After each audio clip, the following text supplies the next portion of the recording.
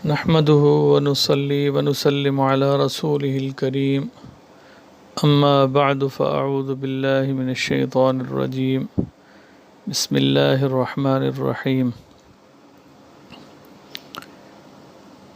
بعض اوقات انسان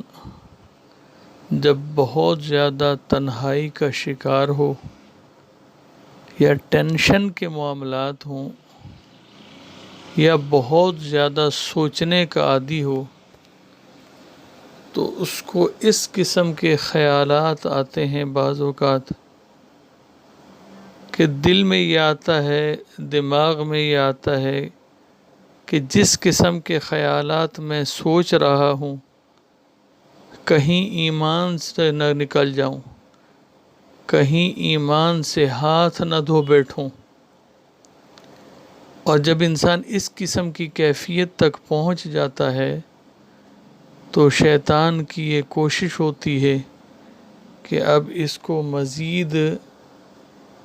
ظلمت کے اندھیروں میں دھکیلا جائے، اور پھر انسان اس قسم کی باتیں سوچتا ہے، کبھی تو کائنات کے بارے میں کہ کب بنی، کیسے بنی، کیسا ہو گیا، کبھی اللہ رب العزت کی ذات کے بارے میں،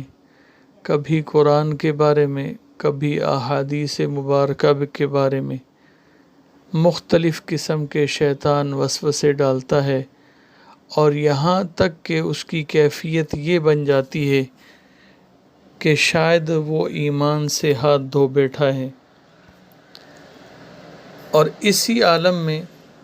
بعض اوقات وہ اس قسم کے کام کر بیٹھتا ہے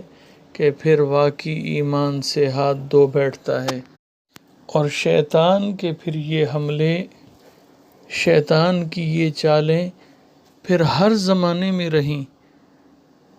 ہر موقع پر رہیں۔ اللہ کے پیارے حبیب صلی اللہ علیہ وسلم کے زمانے میں بھی یہ معاملات لوگوں کے ساتھ ہوئے، اور حقیقت تو یہ ہے کہ اللہ پاک نے امت کی ہدایت کے لیے یہ سامان پیدا فرمایا۔ ایک صحابی رسول حضرت عبداللہ ابن عباس سے روایت ہے، وہ فرماتے ہیں کہ اللہ کے پیارے حبیب صلی اللہ علیہ وسلم کی خدمت میں ایک شخص آیا اور آ کر عرض کیا، اللہ کے پیارے حبیب، کبھی کبھی میرے دل میں ایسے برے خیال آتے ہیں کہ میرا دل چاہتا ہے کہ میں جل کر کوئلہ بن جاؤں،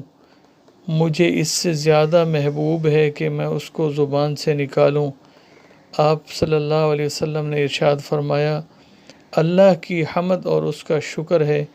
کہ جس نے اس کے معاملے کو وسوسہ کی طرف لوٹا دیا۔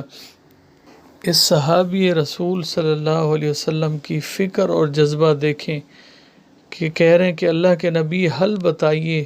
اتنے برے خیالات آتے ہیں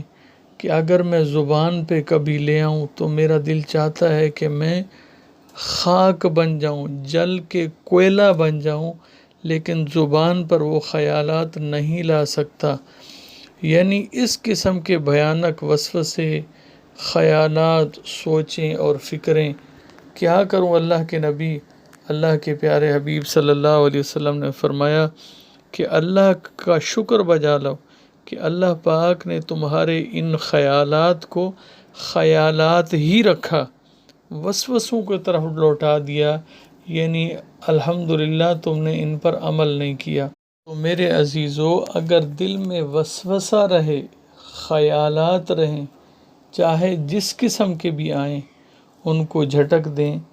کوئی اللہ کی طرف سے مواخذہ نہیں۔ لیکن اگر یہی خیالات انسان کا قول، انسان کا عمل بن جائیں تو پھر اس پر پکڑ بھی ہو سکتی ہے۔ اللہ پاک ہم سب کی حفاظت فرمائے، اللہ پاک ہم سب کو برے خیالات سے، برے وسوسوں سے محفوظ فرمائے، آمین۔ السلام علیکم ورحمۃ اللہ وبرکاتہ۔